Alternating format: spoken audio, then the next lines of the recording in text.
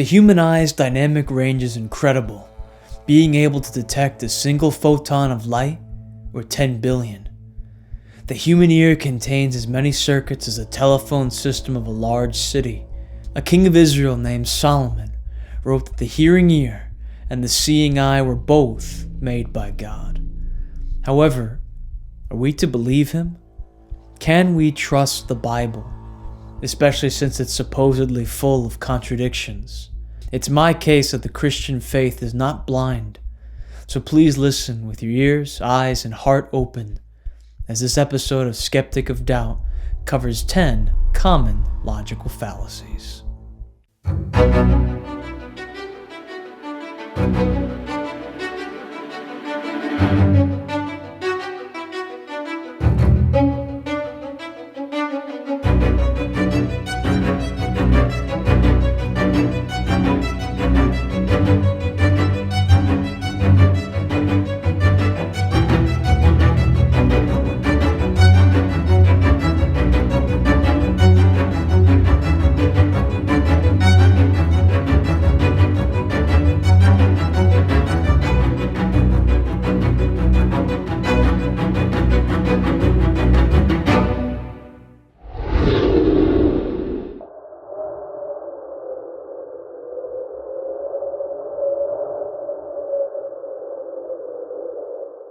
Forensic science is the use of scientific methods or expertise to investigate crimes or examine evidence that might be presented in a court of law.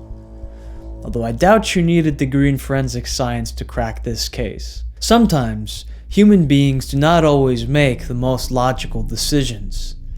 Take for instance a man by the name of Corey Michael Mogan. He'd become intoxicated, or to put it simply, was completely drunk, and he broke into a Pizza Hut. However, he wasn't there to make off with the money in the register or even steal pizza. He was found by the police at around 1:25 a.m. He was still inside the Pizza Hut, and he was attempting to fry chicken wings while splattering marinara sauce on the wall. He was held with the possibility of being charged with third-degree burglary. As mentioned, being drunk and breaking into Pizza Hut to fry chicken wings are not exactly the most logical courses of action for a person to take. Despite our attempts to be the most objective, unbiased, and sincere bastions of truth, we can often fall short of that and stumble into fallacious reasoning. The Oxford Language Dictionary has a few definitions of the word fallacy, the first being a mistaken belief, especially one based on unsound argument. The second two definitions are more focused on logical applications. A fallacy is a failure in reasoning which renders an argument invalid, or faulty reasoning, misleading or unsound argument. Simply put, a fallacy is a mistake in reasoning. I think it's safe to say we've all made mistakes in our reasoning before, so it's important to watch out for these common logical fallacies.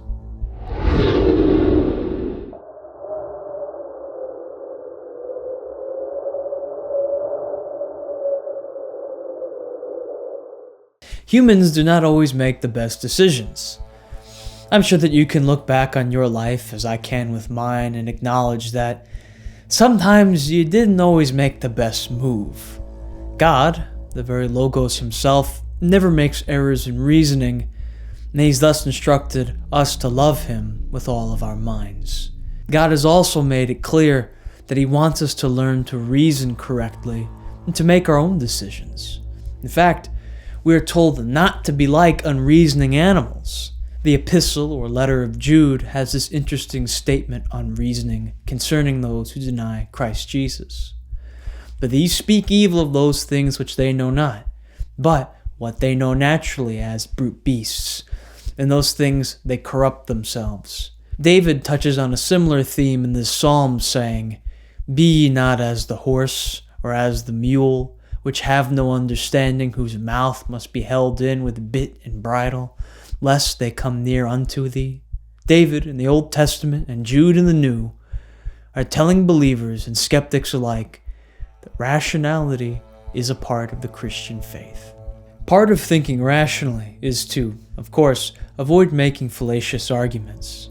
One of these fallacies that comes up quite frequently when discussing Bible contradictions is not really a formal fallacy so much as it is a description of what skeptics are doing when they allege that the Bible is full to the brim in contradictions, namely improper textual analysis. In other words, as we discussed in previous episodes, when a text is isolated from its context and glossed over, it's often interpreted to appear contradictory, when a more careful reading of the text would have shown that it's not an error at all. As Christians, we should be careful and should avoid doing this to skeptics of our worldview as well. It would be equally wrong to isolate a sentence or a phrase from a skeptic and take it out of context to make it mean something other than what they intended. We need to be fair in our own analysis of competing worldviews. And speaking of competing hypotheses, it's a fallacy to assume that there are only two mutually exclusive options when in reality there are more than two possibilities. This is called the fallacy of the false dilemma, or the fallacy of bifurcation. One might say, the traffic light is either going to be green, telling me to go, or red, telling me to stop. That's a false dilemma because the traffic light could be yellow, telling you to slow down. There are 3 colored lights, not 2 on a traffic light, each with their own meaning. And while we're on the subject of meaning, it's also fallacious to shift the meaning of a word within an argument. This is properly known as the fallacy of equivocation. Remember back to our lemon example. Imagine you were thinking of buying a used car from someone, and you find out that the car is a lemon, meaning this car has a significant defect. Now, this salesman is determined to sell this car, and so they start citing all the health benefits of lemons, as in lemons, the citrus fruit. That's fallacious because the salesperson was using the same word in 2 different senses. Equivocation can be a sneaky fallacy because you might think you're talking about one thing when in reality you're talking about something completely different. That's why it's important to try to make sure that every word is in its proper place. Leading us to our next point. Our last 2 fallacies in this section have to do with the way we look at words individually and the way we look at texts as a whole. The semantic range fallacy occurs when a reader is trying to change the meaning of a text by taking the full range of possible meanings for a word and then choosing a definition of that word that suits their own preconceived ideas. For example, the word day could refer to a period of time longer than 24 hours, as in the phrase, back in my father's day. But that does not mean that the 6 days of creation can correlate to the evolutionary eons.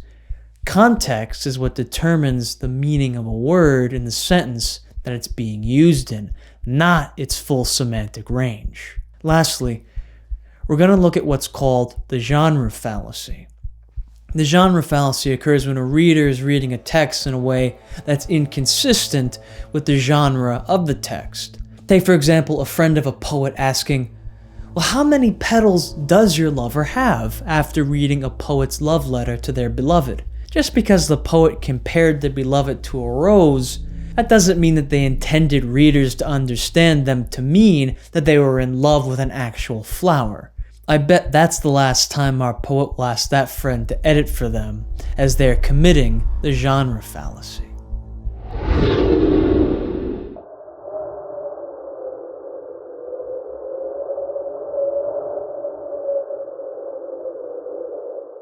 According to the International Fund for Animal Welfare, or IFAW, the largest male elephants can weigh up to 15,000 pounds. I'd imagine it would be pretty hard to throw an elephant, but evidently elephants can not only be thrown, but hurled. There's a logical fallacy called elephant hurling. Elephant hurling happens when an advocate of a position starts to make declarative and absolutist statements about the overwhelmingly obvious correct nature of their position without sustaining it in any way. For example, in the origins debate, statements like, "all scientific evidence points to evolution," or even the reverse, "all scientific evidence points to creation," will be instances of elephant hurling because neither statement has proof and or evidence to back it up as they are. While elephant hurling statements are usually phrased as exclamations, There's another kind of fallacy that you could say is as quiet as a mouse. That would be the argument from silence. The argument from silence is the fallacious idea that because an individual or a text does not mention an idea, a place, a person, event, etc., that event never happened, or that something, and usually something malicious, can be interpreted about the individual or the text that did not mention the detail. Or simply put, the argument from silence is that if something is not mentioned, then it didn't happen. For instance, the gospel writers do not all mention the same details about the life of Christ, which is to be expected, because although they were inspired by the Holy Spirit, the gospel is a call, not a conspiracy. These four individuals did not meet up in a basement in Jerusalem, plotting on how to deceive the masses with a bogus troll story about a random guy named Jesus. They were writing a carefully documented historical narrative of the account of Christ Jesus. An example of an argument from silence would be to assume that none of the apostles were born, since the Bible does not have the accounts of their birth. Just because it's not recorded that Peter, James, John, or Thaddeus were born, that does not mean that they've always existed. It would also be an argument from silence to argue that the Bible is anti-science, because it doesn't have elaborate descriptions of parts of the cell like the Golgi apparatus or mitochondria. Just because those organelles are not mentioned by name or intricately described in scriptures does not mean that the Bible denies their existence or that the Bible is an anti-science text. That's faulty reasoning. In fact, the next fallacy, specious reasoning, is when a skeptic draws a conclusion that does not rationally follow from the facts at hand. It's a leap in logic. For instance, I've seen a meme circulate on the internet mocking the creation account by saying something like, "Christians say we all came from Adam and Eve and their two sons, Cain and Abel. Think about it. Take all the time you need."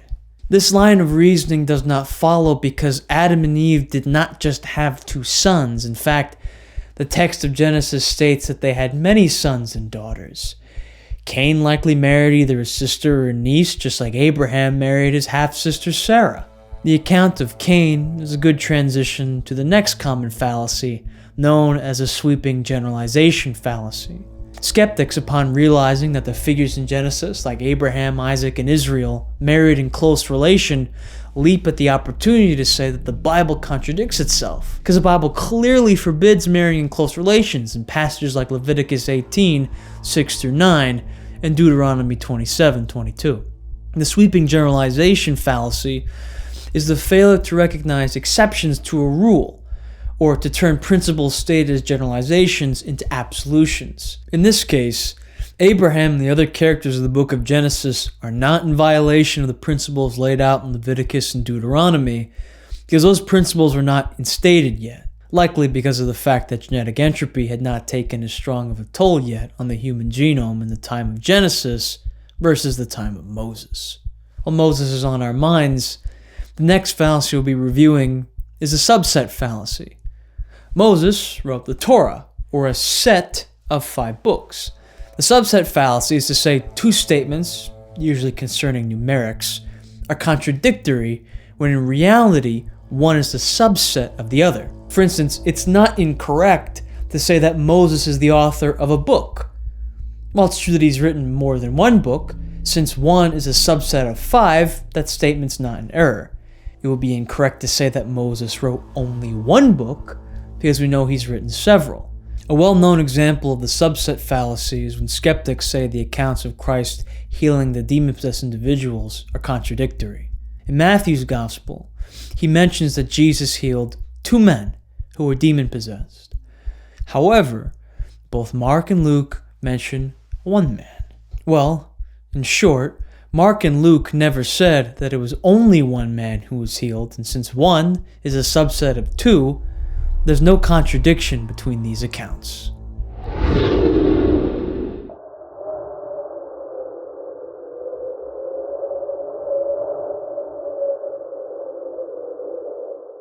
If you keep in mind the things that we spoke about today, like the fact that we should be aware of any fallacies in our lines of thought, that being rational is part of the Christian worldview, and that there are common mistakes in reasoning to watch out for, then you should be a skeptic. A skeptic with a whole new way of looking at doubt. When pressed from all sides with hostile questions about your faith, it might be possible that you may feel doubt. Rather than being ashamed or letting your faith slip away, why not doubt your doubts?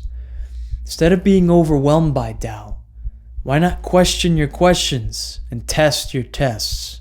Unbelief should be subject to the same level of scrutiny and investigation that faith is commonly put to. I encourage you to doubt your doubt. Be a skeptic of doubt, and remember, the truth saves.